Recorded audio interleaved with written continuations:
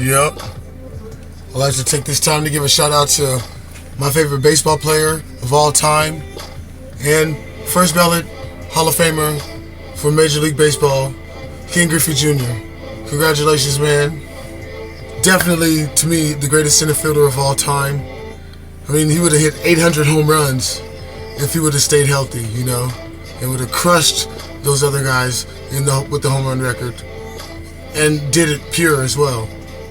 I mean, he had the purest swing in baseball, you know, and definitely if he would have taken steroids like Barry Bonds and Mark McGwire and Alex Rodriguez and Jose Canseco and so on and so forth, he would have definitely not been as prone to injury as he was, and definitely would have got quite a few more home runs. I mean, that's just safe to say. That's just safe to say. I mean, in his first 10 years in the pros, he hit 400 home runs. And in those 10 years, I'd say about 8 of those, he probably got about 8 seasons of baseball because he was injured so much. And then his next 10 years, he went to Cincinnati where he continued to get injured, and he only hit roughly about 200 home runs before coming back to Seattle and ending his career with about 630 or so home runs, which is great. For 21 seasons in baseball, 630 home runs, it's like good for like 5th all time. I think it's like Hank Aaron, Babe Ruth, Barry Bonds, and Willie Mays are the only people that have more home runs than Ken Griffey Jr., you know? So, congratulations, Ken Griffey Jr. Oh, and he had 8 or 9 gold gloves at center field. It was like hella awesome. So congratulations to him. I want to give a shout out to Peyton Manning and Tim Duncan as well. And why I'm including these three in the same conversation is because with Peyton Manning, Ken Griffey Jr., Tim Duncan, and players like that, well, first of all, we don't have any players like those guys any longer. And after Duncan and Manning retire, it's going to be like a big chunk of American history and culture. It's going to die, so to speak. And why I say that is athletes like Griffey and Manning and Duncan, they're the type of athletes that you can create folklore about, and people would actually believe it, you know? Like if somebody were to say, I heard Ken Griffey Jr. stood 8 feet tall, he once hit 49 home runs in the first half of the season, and then decided that he was going to retire, and then came back, hit another 49 home runs in the last 10 games of the season. And you would believe it. I heard Ken Griffey Jr. was so fast he can outrun a semi-truck going 25 miles an hour. And people would believe it. Or I heard Peyton Manning's final game in college, his team was down 49 points with 6 minutes left.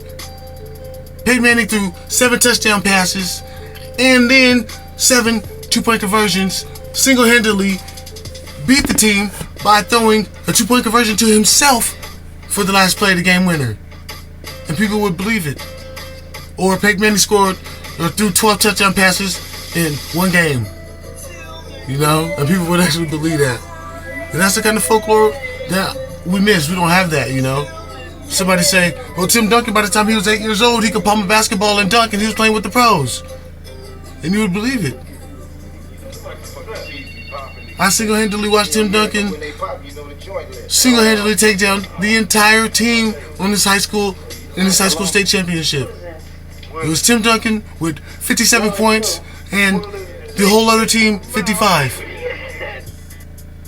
You know, I mean, nobody believes that about today's athletes. I mean, they don't generate that kind of draw or that kind of interest. There's no mystique or lore about them. It's just, I mean, they're not heroes. So, again, I just want to say I appreciate that time in American history. Ken Griffey Jr., I appreciate you and how you stood for purity throughout the game and didn't succumb to the steroids and all the other temptations that you might have faced, and you kept a pure athlete. Peyton Manning, you have appeared to do the same thing, so I have nothing but great things to say about you.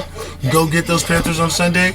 Become the first quarterback in NFL history to win a Super Bowl with 2 different teams. I hope that is you. Tim Duncan, 5 titles. You have never missed the postseason in your illustrious career, and you are doing great this year. Way to stay with the one team your entire career and not go be about the money in the flash. I appreciate the class that you athletes have exhibited. I wish the rest of the athletes and the young guys would follow suit. But hey, that's why I'm doing this little clip right here, because I appreciate you guys, and I realize that it is the end of an era in American history and American culture, with Manning and Duncan on their way out, and with King Griffey Jr., first ballot Hall of Famer, making it in. I really appreciate that. I think that's awesome. All right, you guys stay safe, stay cool. Go Peyton, go Broncos. Peyton Manning, go Seahawks, baby. See you guys next year. Let's go Mariners. World Series. Peace.